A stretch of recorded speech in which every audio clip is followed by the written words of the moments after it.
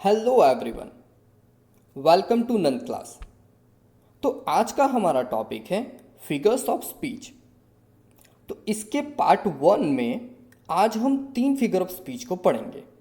पहला होगा transferred epithet, दूसरा होगा यूफेमिज्म और तीसरा होगा लाइटोटिस। तो चलिए शुरुआत करते हैं। तो हमारा पहला फिगर ऑफ स्पीच है ट्रांसफर्ड एपिथेट। तो इस फिगर ऑफ स्पीच को पढ़ने से पहले हम इस एपिथेट वर्ड को समझते हैं। देखिए, ग्रीक में एक वर्ड था एपिथेटॉन। उसका मतलब होता है एट्रीब्यूटेड या फिर एडेड। तो इस एपिथेटॉन वर्ड के ऊपर से इंग्लिश में एक वर्ड बना एपिथेट, जिसका मतलब होता है एडजेक्टिव यानी कि एक विशेषण।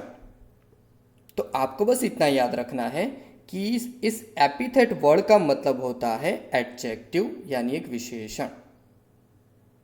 तो चलिए आगे बढ़ते हैं।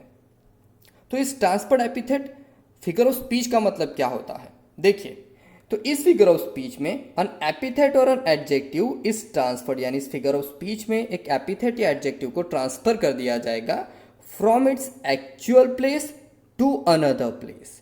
उसकी एक्चुअल प्लेस से हटाकर किसी दूसरी जगह पर एपिथेट को रख दिया जाएगा। तो चलिए एग्जाम्पल के थ्रू समझते हैं। पहला एग्जाम्पल है ही आस्क्ड इंटेलिजेंट क्वेश्चन। उसने कुछ इंटेलिजेंट क्वेश्चन पूछे, यानी ऐसे क्वेश्चन पूछे जो इंटेलिजेंट थे। अब समझिए, यहाँ पर इंटेलिजेंट जो एडजेक्टिव है वो क्वेश्चन के लिए यूज हुआ है, यानी ऐसे क्वेश्चन कि जो इंटेलिजेंट थे। अब समझिए कि कोई भी क्वेश्चन इंटेलिजेंट नहीं होता, उस क्वेश्चंस को पूछने वाला इंटेलिजेंट होता है। यानी कि ये जो इंटेलिजेंट एडजेक्टिव है वो ही के लिए यूज होना चाहिए था, उसकी जगह पर हमने क्वेश्चन के लिए यूज किया है।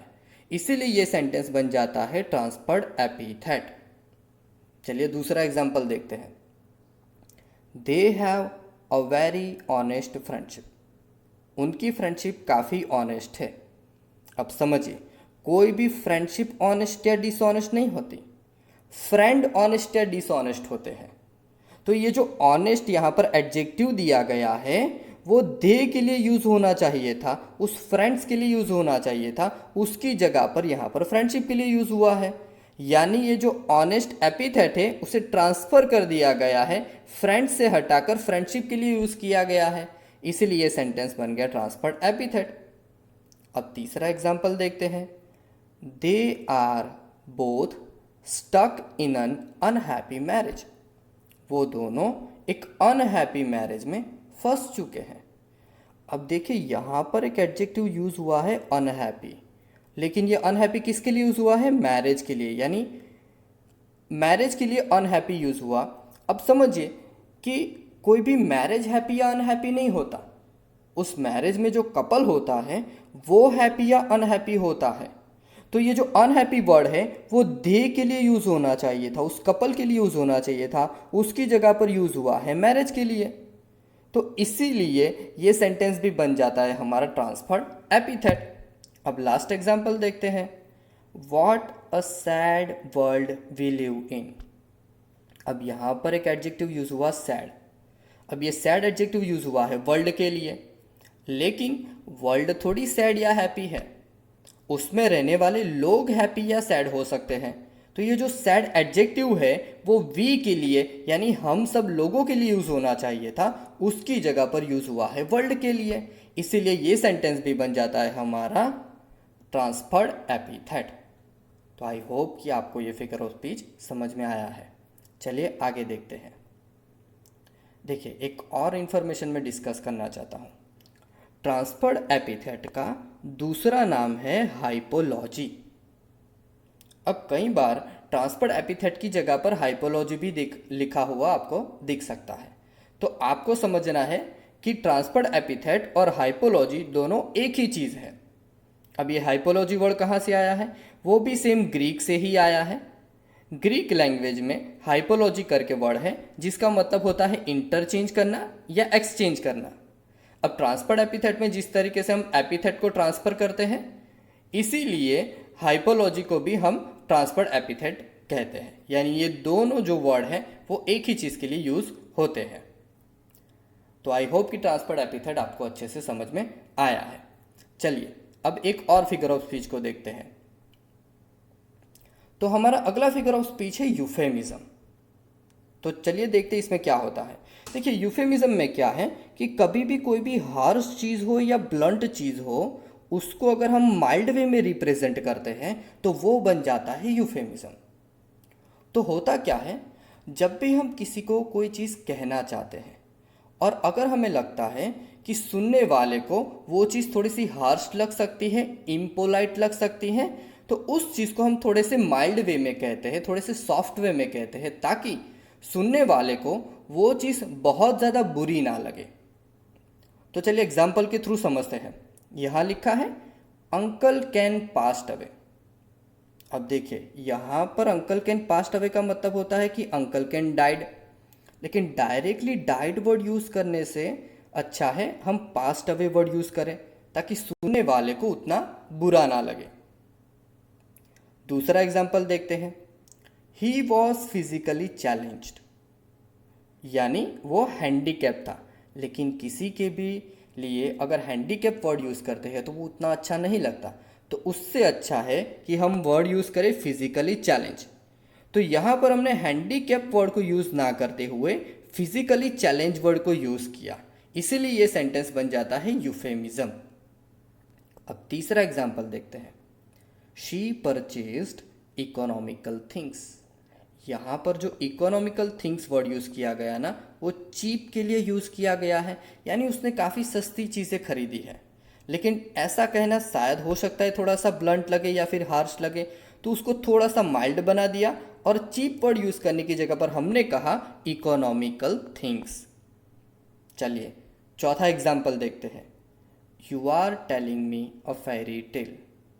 कहना क्या चाहते हैं हम ओरिजिनली कि you are telling me lies, तुम जो कुछ भी कह रहे हो मुझसे, मुझे लगता है कि वो झूठ है। लेकिन ऐसा अगर कहते हैं तो थोड़ा सा बुरा लग सकता है सुनने वाले को, तो उसकी जगह पर हम उसे थोड़ा सा मॉडिफाई करके कहते हैं कि you are telling me a fairy tale, यानी मुझे ऐसा लग रहा है कि जैसे तुम मुझे कोई कहानियाँ सुना रहे हो। तो ये थोड़ा सा अच्छा लग सकता है। लास्ट एग्जाम्पल देखते हैं। You are not shortlisted. कहना ये चाहते हैं you are not hired. You are not hired का मतलब है भाई आपको जॉब नहीं मिली है या फिर आपका सिलेक्शन नहीं हुआ है। लेकिन ऐसा कहना कि यू आर नॉट हायर्ड, इससे अच्छा वे हो सकता है यू आर नॉट शॉर्टलिस्टेड, यानी कि आपको शॉर्ट लिस्ट नहीं किया गया है, यानी कि आपको जॉब के लिए सिलेक्ट नहीं किया गया है। तो हम क्या समझे यूफेमिज्म में? तो यूफेमिज्म में हम हमेशा किसी से जब भी बात करते हैं और हमें लगता है कि किसी चीज़ को कहने से सुनने वाले को बुरा लग सकता है, तो उस चीज़ को हम बिल्कुल जैसी है वैसी कहने की जगह पर थोड़ी सी माइल्ड वे में, सॉफ्ट वे में, या फिर अपनी लैंग्वेज को थोड़ा सा मॉडिफाई करके कहते हैं, तो उस चीज़ को हम यूफेमिज्म कहते हैं। तो आई होप कि यूफेमिज्म फिगर ऑफ स्पीच आपको अच्छे से समझ में आ गया होगा। तो चलिए अब आगे एक और फिगर ऑफ स्पीच को देखते हैं। तो हमारा नेक्स्ट फिगर ऑफ स्पीच है लाइटोटिस। अब ये जो लाइटोटिस वर्ड है ना, वो भी ग्रीक वर्ड है जिसका मतलब होता है सिंप्लिसिटी। तो लाइटोटिस फिगर ऑफ स्पीच का डेफिनेशन क्या है, कैसे यूज होता है, समझते हैं। देखिए लाइटोटिस में क्या होता है, a negative statement is use. एक नेगेटिव स्टेटमेंट को यूज किया जाता है to affirm a positive sentiment, यानी कि लाइटोटिस में किसी भी पॉजिटिव चीज़ को कहने के लिए अगर हम नेगेटिव स्टेटमेंट को यूज़ करते हैं तो वो हो जाता है लाइटोटिस। चलिए एग्जाम्पल के थ्रू समझते हैं। The ice cream was not too bad. Ice cream बुरा भी नहीं था, बहुत बुरा भी नहीं था, यानी हम कहना चाहते हैं आइसक्रीम अच्छा था। अब आइसक्रीम अच्छा था ये पॉजिटिव चीज़ है, उसको हम नेगेटिवली रिप्रेजेंट करते हैं, यानी कहा नॉट टू बैड। हमें कहना चाहिए था आइसक्रीम वॉज गुड, ये पॉजिटिव चीज़ थी, उसकी जगह पर उसी चीज़ को हमने नेगेटिवली कहा। दूसरा एग्जाम्पल देखते हैं। Mister Shah is no fool. Mister Shah fool नहीं है, यानी वो समझदार है। अब मिस्टर शाह समझदार है, ये पॉजिटिव चीज़ है, उसे कहने के लिए हमने जो स्टेटमेंट यूज़ किया वो कैसा था, नेगेटिव था, यानी मिस्टर शाह इज़ नो फूल। तीसरा example, your apartment is not unclean. तुम्हारा अपार्टमेंट जो है वो अनक्लीन नहीं है। अब हम कहना क्या चाहते हैं कि तुम्हारा अपार्टमेंट तो काफ़ी क्लीन है, लेकिन ये पॉजिटिव चीज़ को कहने के लिए हमने जो स्टेटमेंट यूज़ किया वो था नेगेटिव। यानी पॉजिटिव चीज़ को कहने के लिए अगर हम नेगेटिव स्टेटमेंट यूज़ करते हैं तो वो बन जाता है लाइटोटिस। लास्ट एग्जाम्पल देखते हैं। $1 million is not a little amount. अब $1 million कोई छोटा अमाउंट नहीं है, यानी कि $1 million बहुत बड़ा अमाउंट है। अब हम कहना क्या चाहते हैं कि $1 million बहुत बड़ा अमाउंट है, एक पॉजिटिव चीज़ कहना चाहते हैं। उसी पॉजिटिव चीज़ को कहने के लिए हम जो स्टेटमेंट यूज़ कर रहे हैं वो हो गया नेगेटिव। यानी $1 million is not a little amount, यानी जो स्टेटमेंट यूज़ किया गया वो नेगेटिव था। तो लाइटोटिस फिगर ऑफ स्पीच में क्या समझा हमने?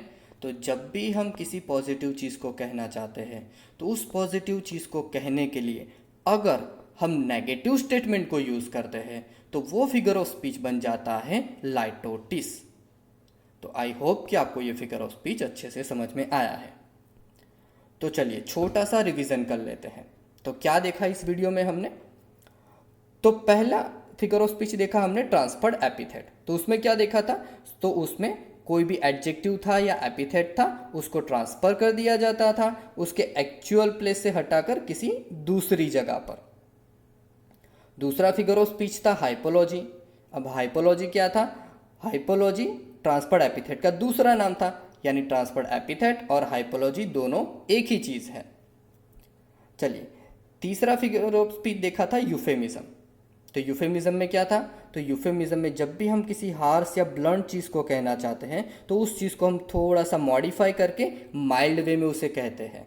तो जब भी हम किसी हार्श या ब्लंट चीज़ को माइल्ड वे में कहते हैं तो वो बन जाता है यूफेमिज्म। और आखिरी फिगर ऑफ स्पीच हमारा था लाइटोटिस। लाइटोटिस में क्या था? जब भी हम किसी पॉजिटिव चीज़ को कहना चाहते हैं तो उस चीज़ को कहने के लिए अगर हम नेगेटिव स्टेटमेंट को यूज़ करते हैं तो वो फिगर ऑफ स्पीच हमारा बन जाता है लाइटोटिस। तो आई होप कि आज जितने भी फिगर ऑफ स्पीच हमने डिस्कस किए हैं वो सारे आपको अच्छे से समझ में आए हैं। So bye guys, this is all for today and yes, thank you very much for watching this video.